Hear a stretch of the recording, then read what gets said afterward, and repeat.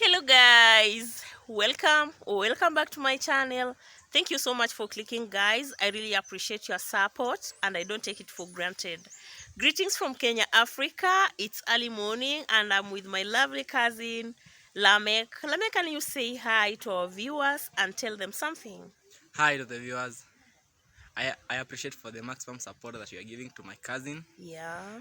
and I kindly request you to consider subscribing, liking and commenting so that we can know what you feel about the video, and mostly share to the friends, family members and other even strangers so that you can give us support. Thank you. Thank you so much, my cousin. So, in case it's your first time, please consider subscribing. Give this video a thumbs up so that we may know what you feel about our videos, as you've heard my cousin say. So we are heading somewhere. Where are we heading to? To visit our great grandmother. Guys, we are so lucky to have our first generation. Walk with us so that you may know more about our cultures, our lifestyle from our great Grandmother. mother. Okay, this is how our roads here in the village looks like. It's a weather road. We don't have a tarmac road here in the village, but we are so lucky.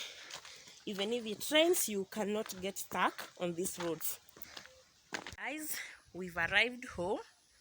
Let's walk in so that you can see our great grandma. But Grandma, can you show them how the vicinity looks like?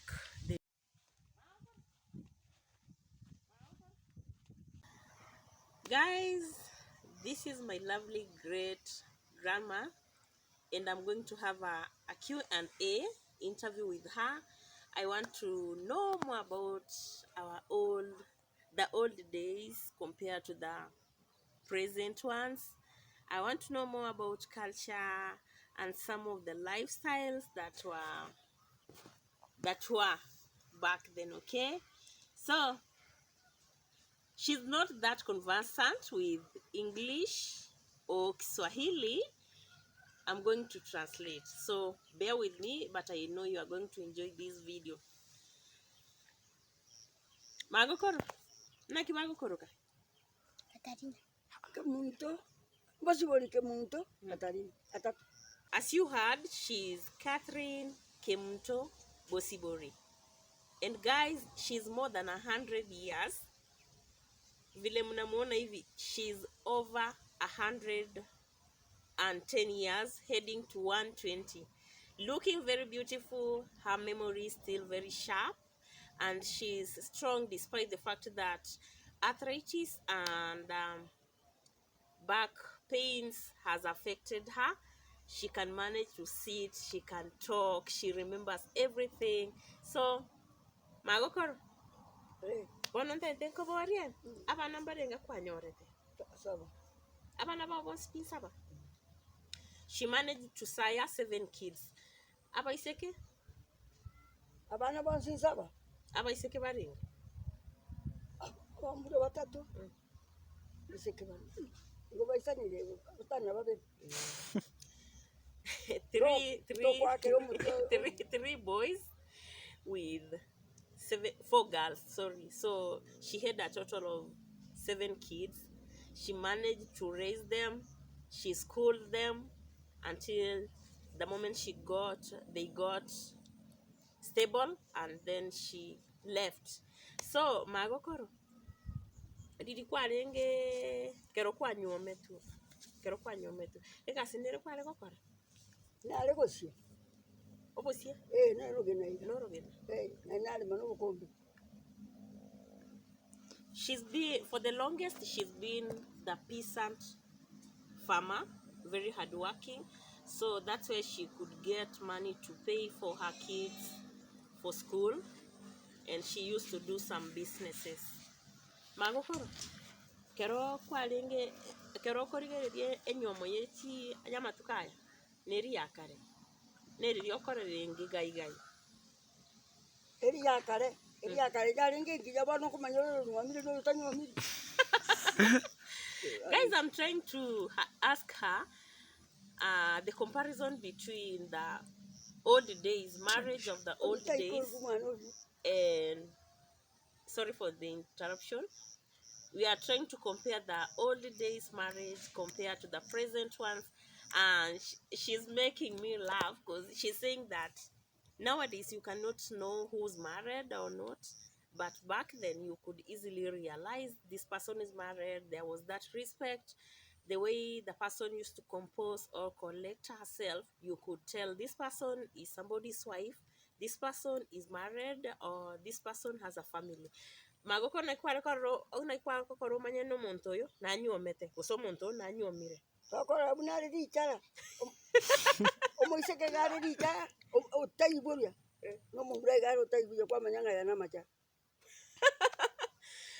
Ingi kiarenge kora kiuno moisoko uyu nanyuomiru omanye no uyu moko manye ne otingwe na tikomo. Kabe kaiye bintu maguru ebitinga. Oh. Eh. So guys, she's telling me that back then, as a lady, when you get married, there was that identity, something to identify you that you are married. They used to wear anklets. We call them anklets. The anklets, that was an identity that she's somebody's wife. You are not, as a man, you are not supposed to talk to her because she's already taken. Na magokoro, onya okware kwenda werigeria omusacha gose kware kore turu omusacha gose nabaibuli bari kubanga bomumura n'omwisiki Ayaga kwa ayatori kora kende noko yugoka. igo abaibuli bari gocha bomumura bagamba no Bagamba akikora kyagamba. Mumura tari gocha. Ikora kyoka kikogamba. oh Aya muntu itakumanyiti na tumanyiti. na omuntu yonye intagete timo tageti na kingo kore timo tageti Tari timutagiti yarengi. Ebiranya byoka go soko ari okubeka bitinga kikimu. lazima Erasi. hey guys, this is funny. She's telling me that back then, as a lady, you had no voice. The parents of the bride and the groom could make arrangements for your marriage. So, and I'm asking, what if I don't feel for that person? And she's saying that you had no option. It was a must. You have to get married, be it that person is not for your interest, be it you are not for him, you will get married. So she's telling me that once you get married as a lady, you are not supposed to live with your man in the same house because there was that. I don't understand why, but it's like she's telling me that as a man used to have his own house, a grass thatched house, aside of the wife. And in between that, the two houses, there used to be a shade for cows. Wana baba didikare tianganti ere ayekero kunyo mutianganchiro Yanga ya wengo ko. engo bukware ko beka. Eh.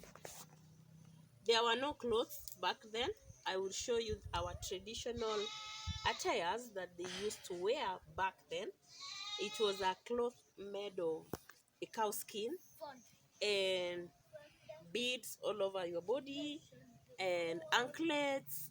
But anklets was as a symbol of somebody who's married, not everyone. Once you get married, guys, this is so shocking.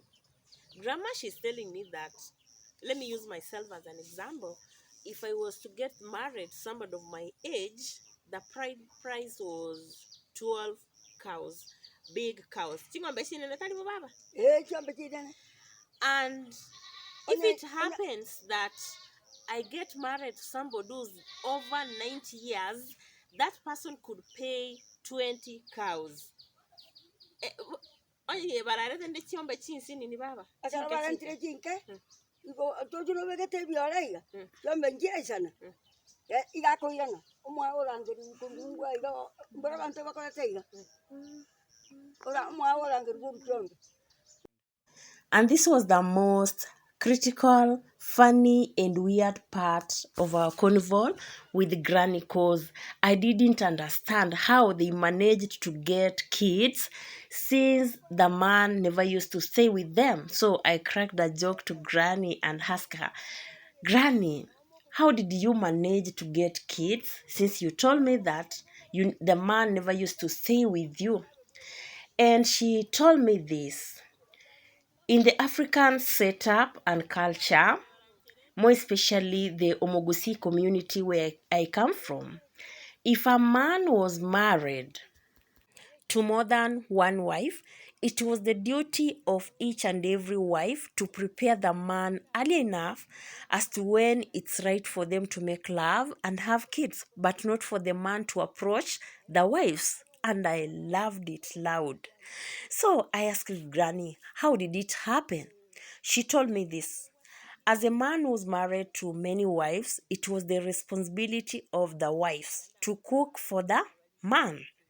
When you are taking the meal to the house where he stays, since they never used to share a house, at that particular moment now you have the right to express and share your feelings with your husband and prepare him as to when you are supposed to make love and have kids.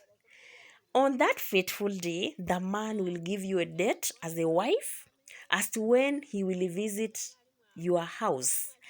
And on that day, it will be a special day. You will have to prepare a special meal for your husband because he will spend a night in your place. Meaning, the other wives, they will not cook a meal on that day. Guys, this was funny. I laughed, but I'm lucky I learned. I hope you've learned something. And after that period is over, now the man is very free to go back to his heart because that's where he belongs. And I was like, what if you want to spend some more time with your husband?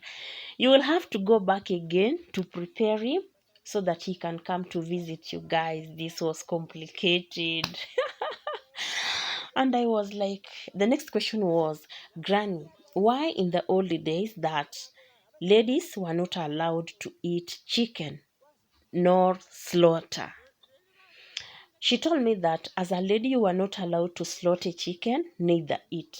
Because once you eat a chicken, it was a symbol like if you eat a chicken, you will not get married. So ladies were not allowed to eat a chicken.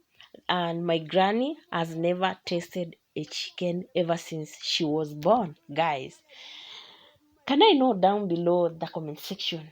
Do you experience the same thing? Because I'm learning a lot. So, guys, this was quite an inclusive interview with my great grandmother, and I'm so happy to have her up to this moment. At least I've learned one or two things that I didn't know about my culture, about our lifestyle, and I pray God to always keep her for some more golden days.